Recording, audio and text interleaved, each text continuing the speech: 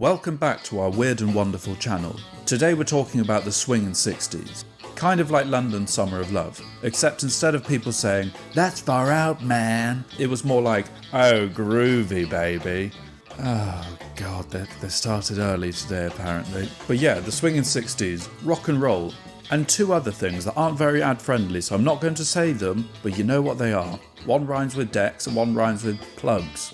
Anyway, we all know the stars, Jagger, McCartney, Hendrix and Twiggy, but there's someone you may not know, the man who was behind the Swinging Sixties, the man who made the whole thing tick, make the whole thing happen. Well, that's what we're going to explore together today, so strap in, it's going to be a bumpy ride. Swinging Sixties, here I come, baby, yeah! No! Sorry! I don't know why I keep saying that. It's not going to be a bumpy ride. Again, maybe a mildly interesting one. Anyway, let's carry on, shall we? But let's get one thing straight. The Swinging Sixties wasn't just a vibe. It wasn't just an excuse for men to grow their hair long, and Edwardian old women to look at them and go, "You look positively ridiculous." It was a real defined moment in the cultural history of the city. But I'm being vague. What was it actually? It was a name given to the cultural explosion that happened in London, when music, fashion, art and youth collided to reshape the world's idea of cool. And behind the scenes, in the shadows, it's getting a bit ominous now, was a man who shaped the look, the feel and the energy of that era. And unfortunately, which is often the case for this time, was ultimately destroyed by it. His name was Robert Fraser. His friends called him Groovy Bob, which in hindsight sounds less like a compliment and more something like your slightly out of touch uncle would call you, or more likely would want you to call him. "Hello, I'm Groovy Bob. I think you'll find your name's Robert, and you're 65, you got a perm, stone-washed denim jeans and a fake tan. I think it's time you started acting your age, don't you?" Anyway, enough riffing about this fictitious uncle who I definitely don't have, but keep mentioning in our videos for some reason.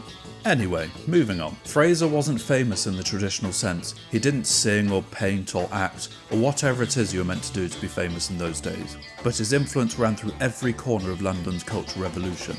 He was the hidden hand, the curator, the connector, the dealer of both ideas and art.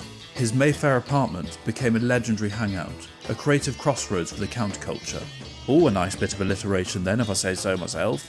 It was here that Keith Richards wrote Gimme Shelter, while the world outside was spiralling into war and unrest. And probably for some other reasons, Keith. We know how these parties go. Lots of lemonade, lots of brownies and cookies, things start spiralling out of control. But anyway, I'm not judging.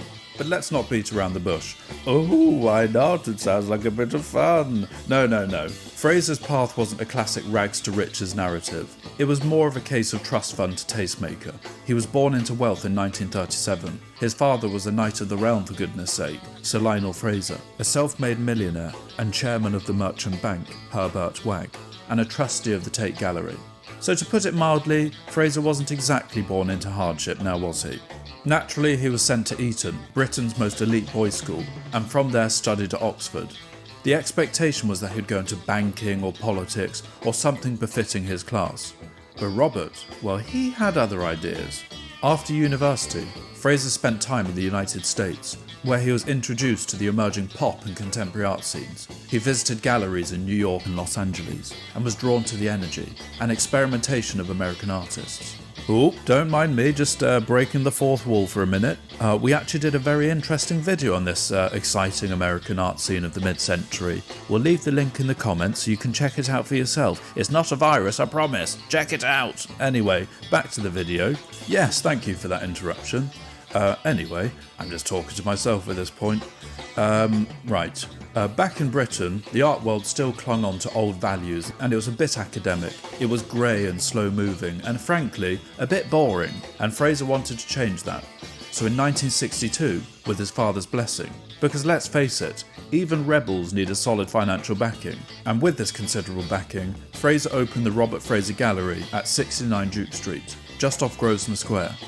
The location was symbolic. It was the old money heart of Mayfair, suddenly home to the bleeding edge of modern art. The gallery itself was designed by Cedric Price, who rejected stuffy traditions, so very on brand for what Fraser wanted to achieve.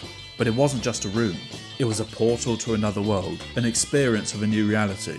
Well, I think there's probably other reasons why it seemed that way, but again, not very ad friendly, so I won't mention it. But again, rhymes with plugs.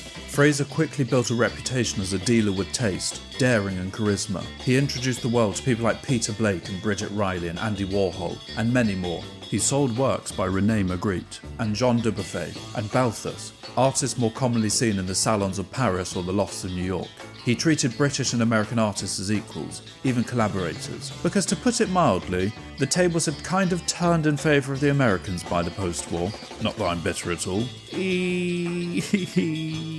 Anyway, at the time this was far from the standard, because British artists were seen as second tier. Yes, they were technically competent, but they were lacking the daring or scale of their American counterparts. The real art, critics believed, was happening across the Atlantic, in New York lofts, where abstract expressionism had exploded and pop art was beginning to dominate. Oh, me again, breaking the fourth wall. Abstract expressionism, that's the video that we made. That's the one that's in the comments still. Check it out, I promise you'll enjoy it. Anyway, goodbye. British art was still closely tied to institutions and tradition, to a lingering post-war conservatism. Ooh, Britain, conservative and traditional, what a surprise. Anyway, Fraser blew that apart. His gallery blurred the line between pop art and modernism, between avant-garde and the accessible. Avant-garde and accessible? That just sounds like he's got a gallery with a wheelchair ramp.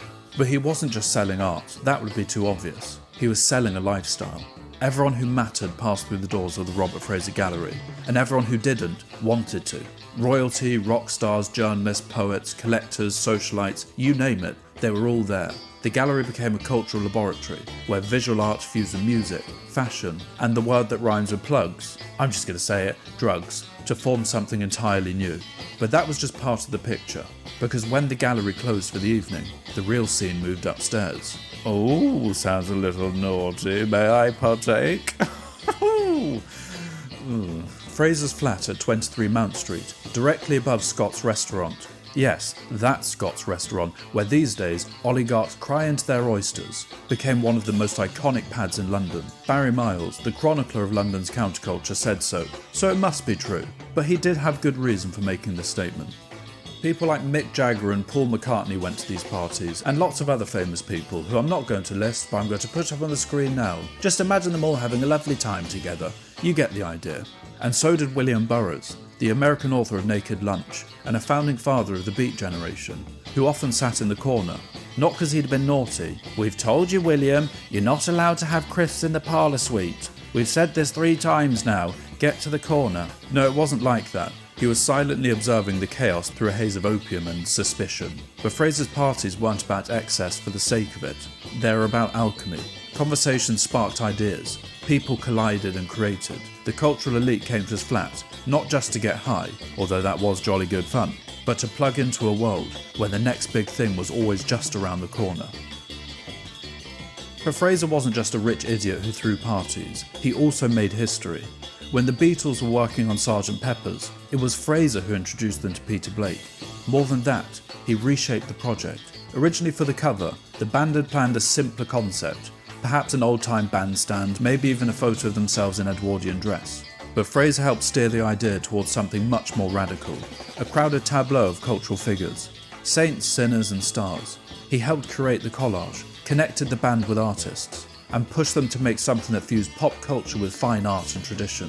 The result, I don't even need to say it, but is one of the most iconic album covers of all time.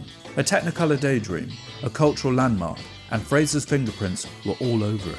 But the cool thing about Robert Fraser, he saw no division between the canvas and the stage. He gave musicians artistic credibility, whilst also giving artists the allure of rock stars. But the 1960s, for all their fleeting brilliance, were unsustainable.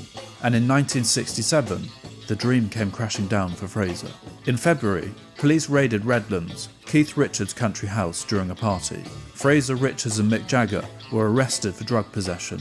What followed was one of the most famous trials of the 20th century, a cultural flashpoint between the establishment on the one hand and the counterculture on the other. The news of the world had tipped off the police. Tabloids had a field day. The establishment saw its chance to send a message, but some leapt to their defence. The Times ran a now famous editorial, Who Breaks a Butterfly Upon a Wheel? A poetic defence of Jagger and Richards, and it was written by William Rees-Mogg, father of future MP, and 21st century Georgian landowner, Jacob Rees-Mogg. In the end, Jagger and Richards got off with suspended sentences, but Fraser, he wouldn't plead guilty, and he wouldn't name names. He was the only one to serve real time. 6 months in prison.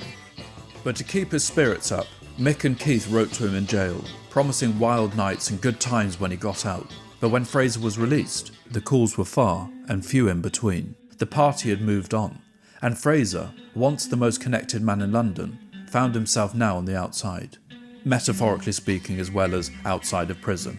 But Fraser had faded from the spotlight. He travelled to India.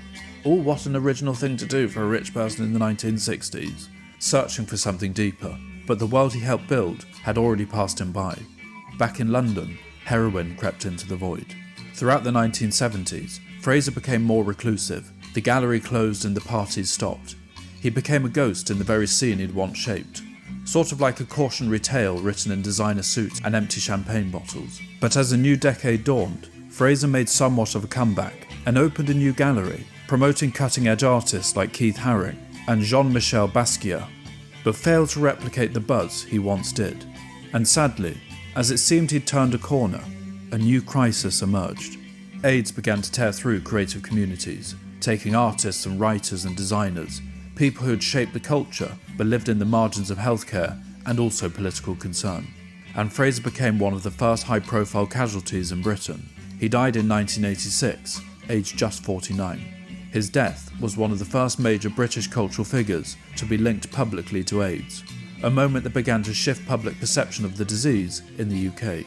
But what I think is one of the most interesting things about Robert Fraser is he didn't chase fame, he kind of created it. He didn't stand in the spotlight, but he built the stage and dressed the set, chose the soundtrack, and decided who was going to perform. Without him, London's art scene might never have collided with its music scene in quite the same way. He made others iconic, but sadly was forgotten in the process. But look closer, and you might just still see his fingerprints. On album covers, in gallery rosters, in the fusion of pop and high art that now feels so normal, if not contrived. We forget sometimes that someone had to invent it, and he did. Groovy Bob, the man behind the curtain, the hidden architect of the 60s, a rebel with taste, money, charm, and ultimately, a tragic sense of timing. Robert Fraser was much a product of the decade's creative explosion as he was a casualty of its excess, a victim of the high that isn't often talked about when we romanticise the 60s. That video was absolutely groovy, baby. Oh, I had to squeeze one last one in, didn't I? Anyway, hope you enjoyed the video. Tune in for the next one, it's going to be even better. I know I keep saying that, but it's true. It's going to be even better, it's going to be wonderful. I'll see you there. I'll save you a seat. Goodbye.